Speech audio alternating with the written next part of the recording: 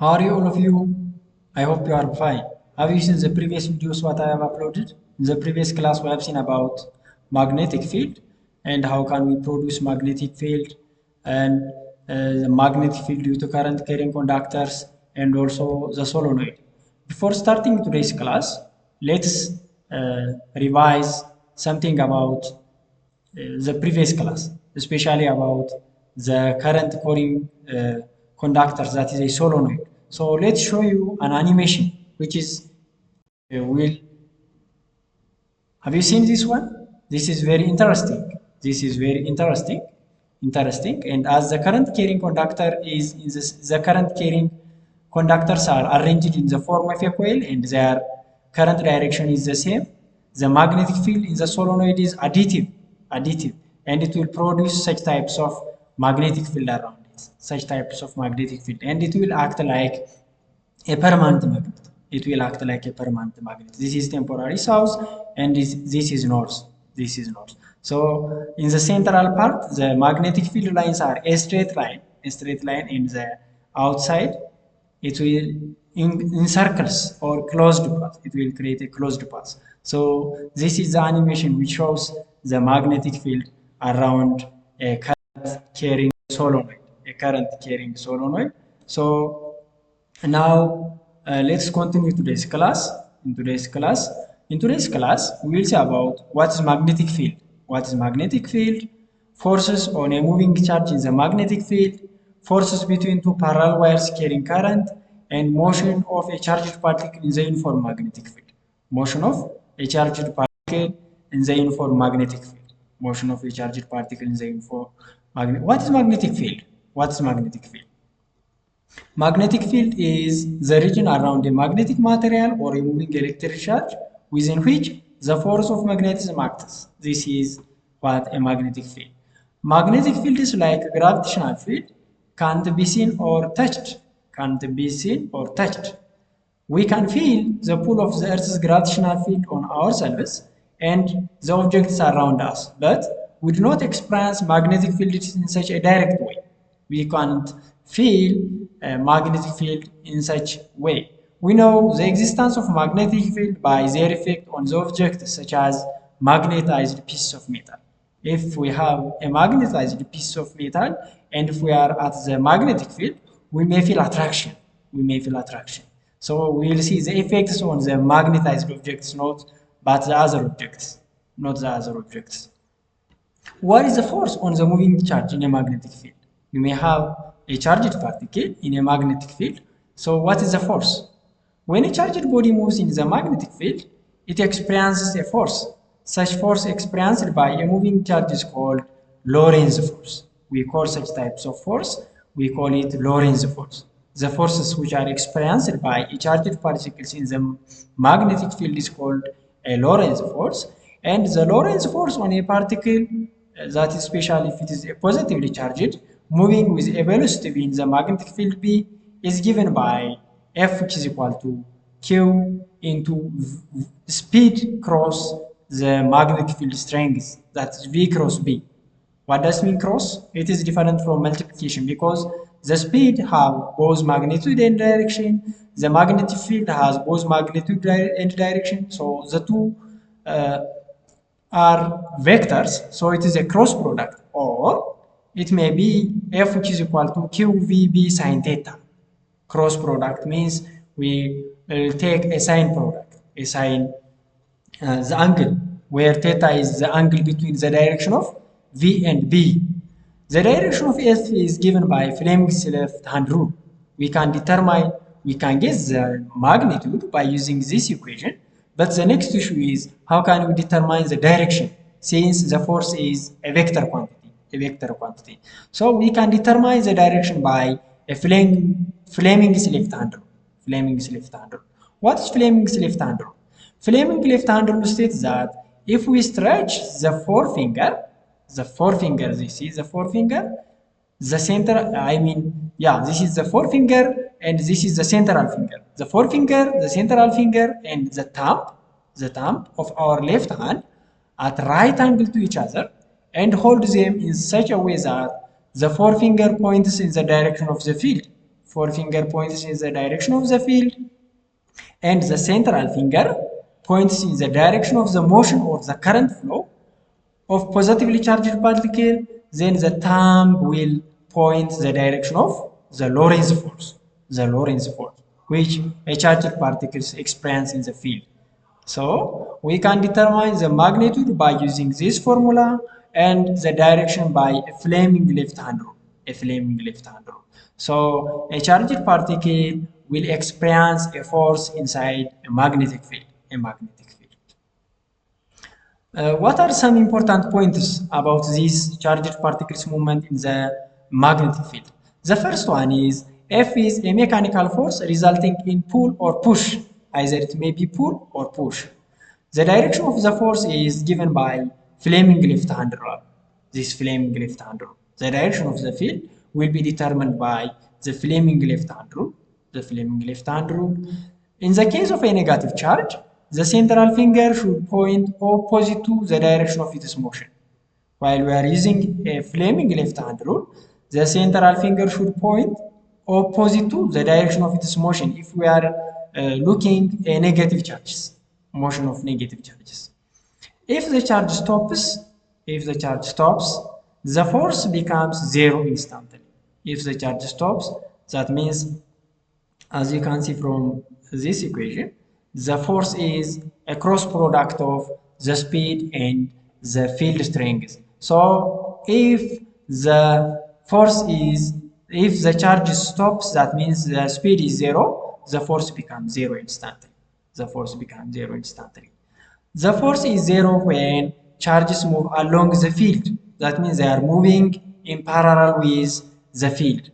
That means the cross product will be zero if they are in parallel. When will be the maximum? When will be the force is maximum? The force is maximum when charges move perpendicular to the field. So the cross product that is sine 90 degree will be 1. So the force at this position or at this situation will be QVB. What is the force between two current carrying parallel wires? What is the force between two current carrying parallel wires? We may have a current carrying parallel wire. So what is the force experienced by these two current carrying conductors is our issue right now. Recall that every current carrying conductor is surrounded by a magnetic field. We have already proved in the previous class. Every current carrying conductor is surrounded by a magnetic field.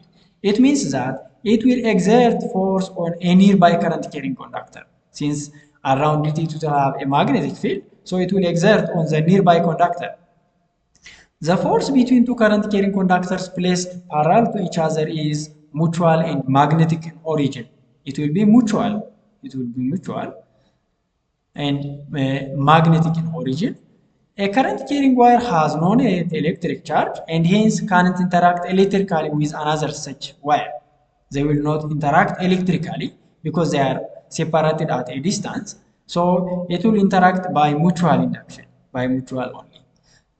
So how can you determine the magnitude of this force and the direction of this force? So let's start from the simple charge. A current is a flow of rate of charge. So in the current carrying conductor, some charges move in the organized manner. So because of charges ordinarily cannot escape a conductor, the magnetic force on a charge moving in a conductor is transmitted to the conductor itself. We have seen the force of a charge on a magnetic field.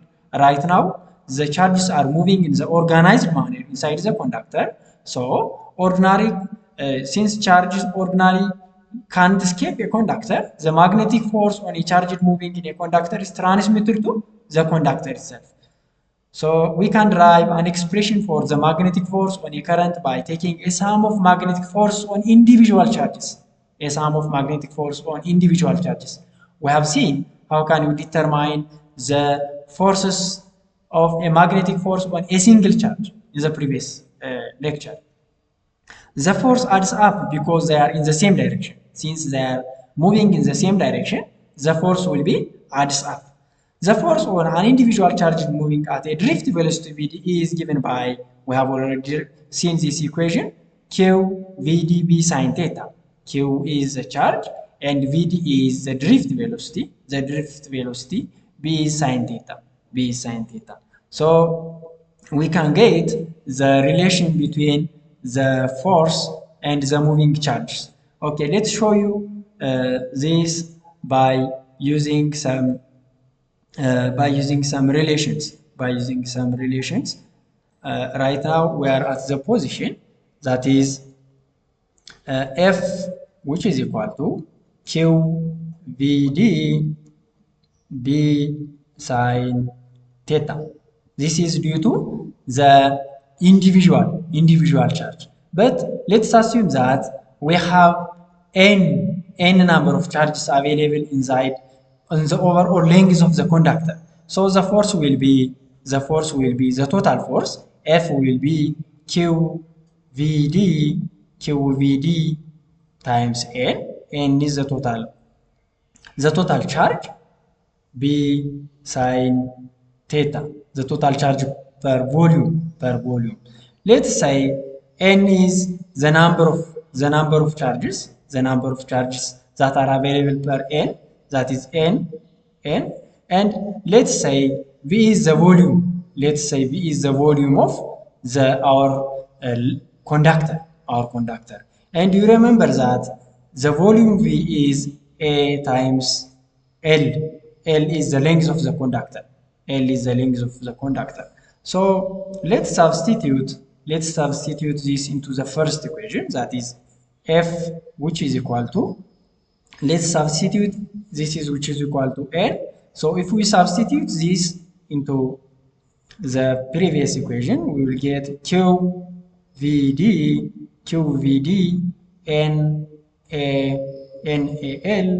NAL times B sine theta.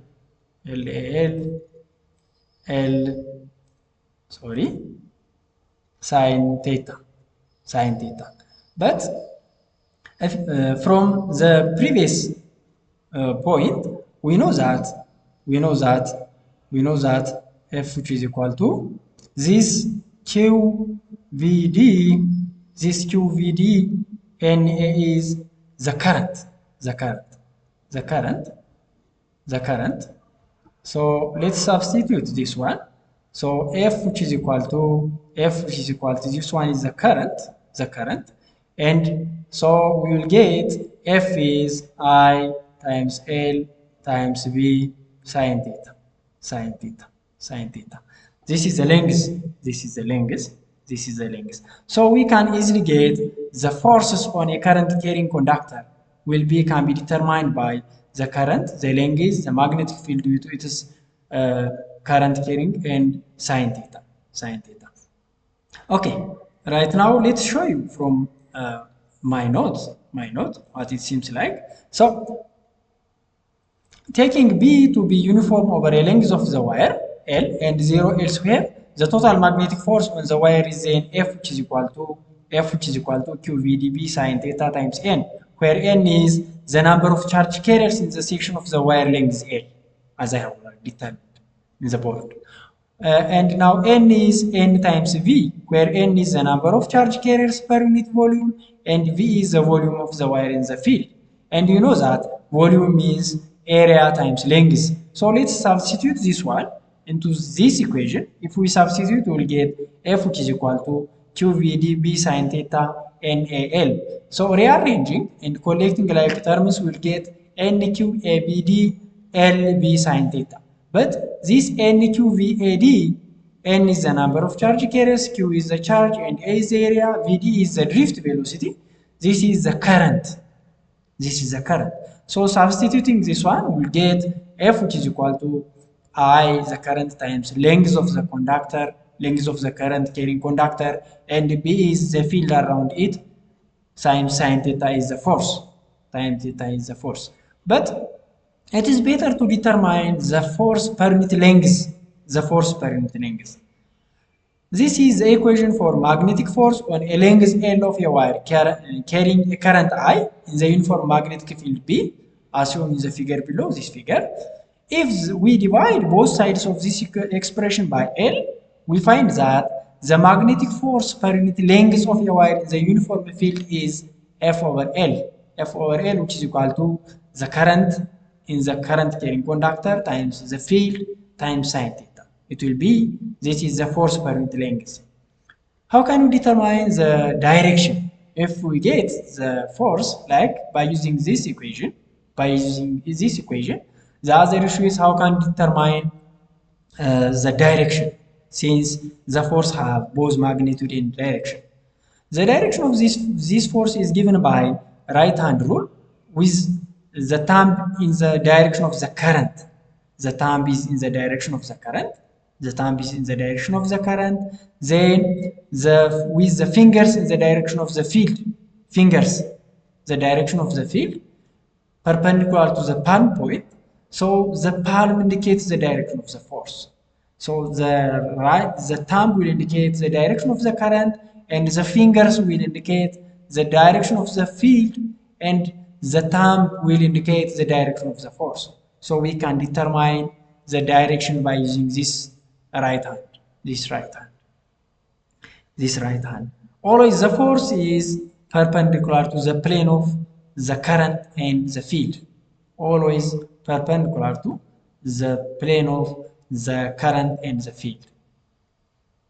Let's consider the field produced by a wire 1 and the force it exerts on wire 2 called force F2. The field due to I1 at a distance R is given to be by using this one. We have already derived this one in the previous class. This is experimentally proved.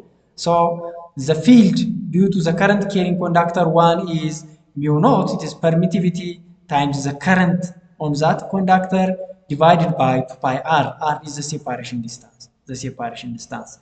This field is uniform along a wire because the current is the same. Wire 2 and perpendicular to it. The field is always perpendicular to it. And so the force F2 exerts on wire 2 is given by F, which is equal to I times L times B times sine theta. I times L times B sine theta. So F2 means I2 times L times B1. And we have derived B1 here. So by substituting here, we can get F, which is equal to mu naught I1 I2 over 2 pi r. Mu naught I1 I2 over 2 pi r. This is the force per unit length. The force per unit length of the conductors. Is that clear? So the force per unit length can be calculated by using this formula. It can be calculated by using this formula. Right now, let me show you an animation which indicates the current carrying conductor's force.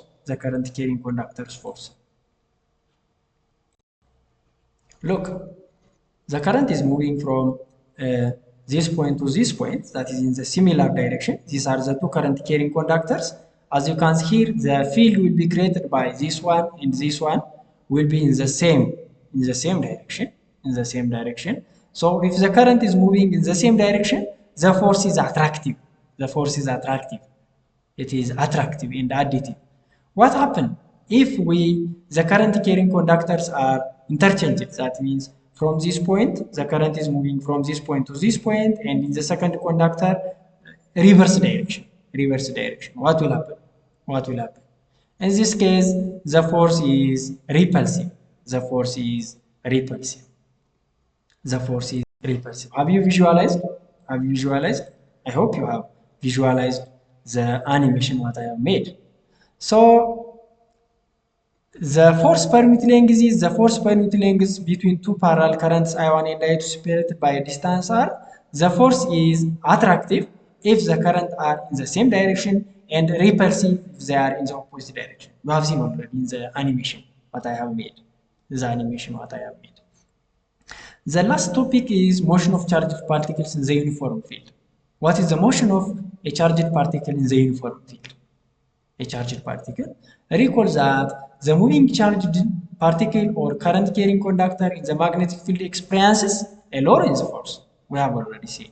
It will experience a Lorentz force. What happens if this field is uniform over a motion of the charged particle? What path does the particle follow? What happens if this field is uniform over the motion of the charged particle, and what path does the particle follow? The simplest case occurs when the charged particles move perpendicular to a uniform magnetic field. If the field is in vacuum, the magnetic field is the dominant factor determining the motion. Since the magnetic force is perpendicular to the direction of the travel, a charged particle follows a curved path. It will follow a curved path in the magnetic field. The particle continues to follow this curved path until it forms a complete circle. We have seen the forces on a charged particle previously. So right now we are